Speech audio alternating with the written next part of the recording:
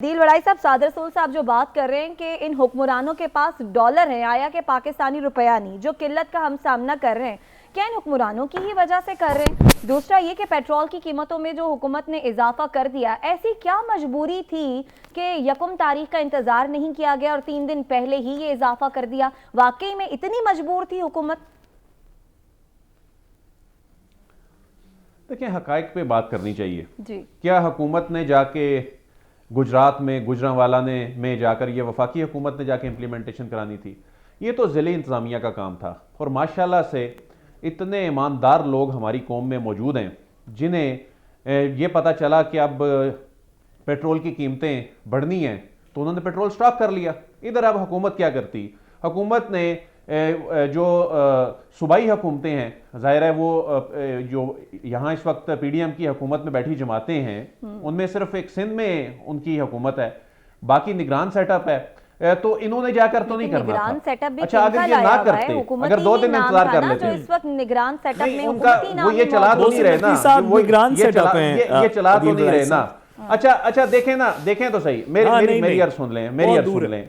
अब ये 2 दिन इंतजार किया जाता, आप ये कह रहे हैं 2 दिन इंतजार किया जाता। अच्छा, ये बड़ी गैर मकबूल सी बात होती है ना, ये अवामी बात नहीं है ना चूंकि, तो ये बड़ी गैर मकबूल सी बात है जी। 2 दिन बाद कर लेते, 2 दिन में वर्स्ट सिचुएशन हो जाती, चंद घंटों में तो आपका मुल्क मफलूज हो गया था। तो आया कि माफिया ही जो है पेट्रोल स्टॉक करके इंतजार कर लेते हैं। मेरी बात सुनिए, आप ये कह रहे हैं जी हुकूमत ने घुटने टेक दिए, अब मुल्क मफलूज हो जाता है, इसका इंतजार करते हैं। ठीक है, कार्रवाई करते हैं, गैर मकबूल फैसला किया है, गैर मकबूल फैसला किया है। लोग इसी तरह लाइन में लगे रहते हैं।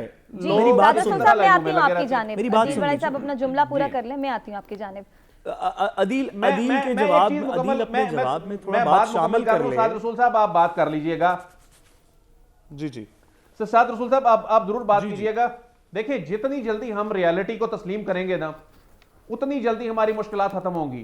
पाकिस्तान तहरीक इंसाफ का दौर हो या मौजूदा हुकूमत का दौर हो, इन्होंने, इन सियासतदानों ने अपनी सियासत बचाई है, अवाम के साथ झूठ बोले हैं।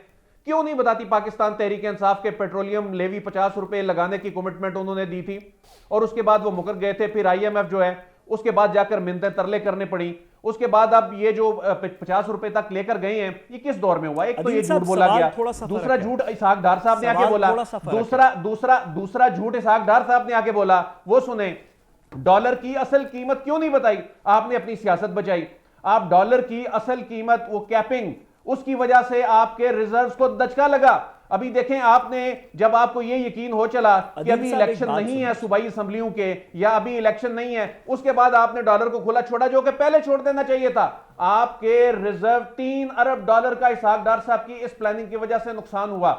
तो आप अवाम के साथ जब तक झूठ बोलेंगे, जब तक सियासी जमातें इस पर सियासत करेंगी, ये मुश्किलात और बढ़ेंगी। अब बात ये है जी, बात सुन लीजिए, बात सुन बोलें। ठीक है, आदिल बड़ाई साहब, आपका जवाब आ गया। सादर साहब, आप कुछ कहना चाह रहे हैं, फिर मुझे इजाजत दीजिए हसन रजा साहब की जाने पढ़ने की। रुकिए, एक सेकंड रुकिए। मैं अदील साहब से बात करना चाहता हूँ। अदील साहब, इसके अंदर क्या दो राय हैं? किसी का कोई इसमें इख्तलाफ नहीं है कि पाकिस्तान की इकॉनमी ख़राब है, हमें कुछ टैक्सेस लगाने पड़ेंगे, हम IMF के एक चुंगल में फंस गए हैं, और ये हुकूमत होती, कोई इंटरम गवर्नमेंट होती, इमरान खान साहब की होती, आपकी होती, मेरी होती, हसन की होती, तो टैक्सेस तो सबको लगाने पड़ने थे। इसके ऊपर तो बात नहीं हो रही। 2 दिन आगे 1 दिन पीछे, ये वाली बात और है। सवाल ये है कि जब वो लोग जिनके अपने पैसे मुल्क से बाहर पड़े हों और डॉलर्स में और दिरहम्स में और रियाल्स में और पाउंड्स में और यूरोस में बढ़ रहे हों, जब वो आके पाकिस्तान की आवाम से कहें कि हम आपके मुंह से 2 नवालों में से एक छीनना चाहते हैं क्योंकि पाकिस्तान के पास पैसे नहीं, तो क्या आप अदील साहब इस बात से एग्री नहीं करते कि सबसे पहले एवनफील्ड अपार्टमेंट और इसहाक डार साहब के बच्चों के दुबई के टावर्स और कि ये पैसे पहले पाकिस्तान में लाने चाहिए, उसके बाद फिर अगर आप ये पैसे ले आएं तो वैसे ही आपके रिजर्व जो है $5-6 बिलियन के करीब पहुंच जाएंगे? क्या ये बात दुरुस्त नहीं? क्या इन लोगों से हमें ये बातें सुननी चाहिए कि हम गरीब के मुंह से निवाला निकाल लेंगे, अपने बच्चों का पैसा वापस नहीं लाएंगे?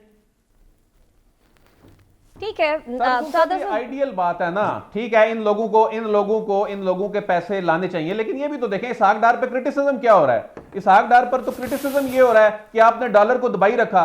अगर इसहाक डार की या जो मुल्क की शराफिया है उसकी दौलत में जो इसहाक डार साहब $1 बिलियन हमें दे रहे हैं अपनी जो प्रोग्राम में आगे बढ़ते और हम उनसे गिले बंद कर रहे हैं। जो बात सादत साहब दिल से आप पूछने की कोशिश कर रहे हैं जी, ठीक है दिल भाई साहब, आपका जवाब आ गया।